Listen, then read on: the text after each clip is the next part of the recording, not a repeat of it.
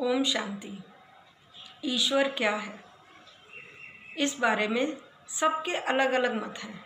कुछ लोग प्रकृति को ही ईश्वर मानते हैं, तो कुछ ये कहते हैं कि आत्मा सो परमात्मा, कुछ कहते हैं ब्रह्म ही ईश्वर है, तो कुछ उसे कण कण में व्याप्त मानते हैं। कुछ लोग कहते हैं ईश्वर तो निराकार है, और जबकि कुछ लोग कहते हैं कि वो सर्वव्यापी है। बहुत से लोग तो सारे देवी देवताओं को ही ईश्वर मानते हैं, जबकि कुछ लोग शायद ऐसे भी हैं जो कहते हैं there is nothing like God. बहुत सारे मत हैं। आइए एक छोटी सी कहानी के माध्यम से ये जानने का प्रयास करते हैं कि ईश्वर क्या है। एक बार 5 सूरदास थे। सूरदास मीन्स नेत्रहीन। तो उन 5 को किसी ने कहा कि जाओ और देख के आओ कि हाथी कैसा होता है और आकर बताना। तो वो 5 गए एक चिड़ियाघर में, और जिसके हाथ में हाथी का जो भी अंग आया उसने उसी हिसाब से हाथी की कल्पना कर ली। जिसके हाथ में हाथी का पैर आया तो उसने आकर बताया कि हाथी खंबे जैसा होता है। जिसके हाथ में हाथी की पीठ आई तो उसने कहा हाथी एक दीवार की तरह होता है। एक सूरदास के हाथ में हाथी की पूंछ आई तो उसने कहा हाथी तो एक रस्सी जैसा प्राणी होता है। तो किसी के हाथ में आई हाथी की सूंड तो उसने कहा हाथी तो एक लचीला सांप जैसा होता है। एक सूरदास के हाथ में आया हाथी का कान तो उसने कहा हाथी सूप जैसा होता है। सूप मीन्स पंखा। तो इस तरीके से सबने आके अपने अपने जैसा उन्होंने अनुभव किया था वैसी व्याख्या दी।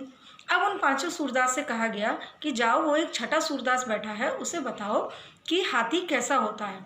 तो 5 गए और उस छठे सूरदास को बताने लगे। जैसा उन्होंने अनुभव करा था वैसा सब अपनी अपनी कल्पना के अनुसार बताने लगे कि हाथी कैसा होता है, खंबे की तरह, कि दीवार की तरह, रस्सी की तरह, या लचीले सांप की तरह, या फिर सूप की तरह।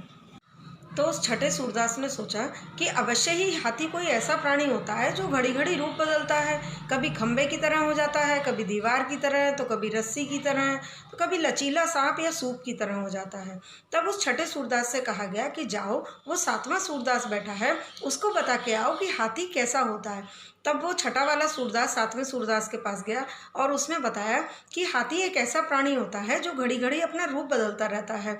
कभी खंबे की तरह हो जाता है, तो कभी दीवार की तरह, तो कभी रस्सी की तरह, कभी लचीला सांप या कभी सूप की तरह हो जाता है। तो वो 7वां वाला सूरदास बोला कि अरे क्या तुम बेवकूफ़ हो, क्या कोई ऐसा प्राणी होता है जो घड़ी घड़ी अपना रूप बदलेगा? उसका क्या कोई अपना कोई अस्तित्व नहीं है, उसकी कोई पहचान नहीं है?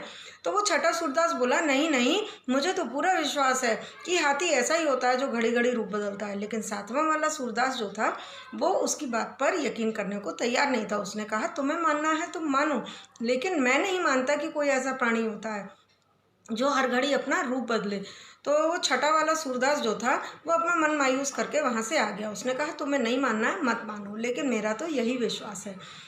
तो फ्रेंड्स, हमारी भी धारणा ईश्वर के बारे में कुछ इसी तरीके की होती है। सबका अपना अपना मत, अपनी अपनी मान्यता, अपना अपना भाव होता है। कोई ईश्वर को सर्वव्यापी रूप में देखता है, कोई साकार तो कोई निराकार, कोई उसे कण कण में व्याप्त मानता है तो कोई आत्मा सो परमात्मा रूप में मानता है।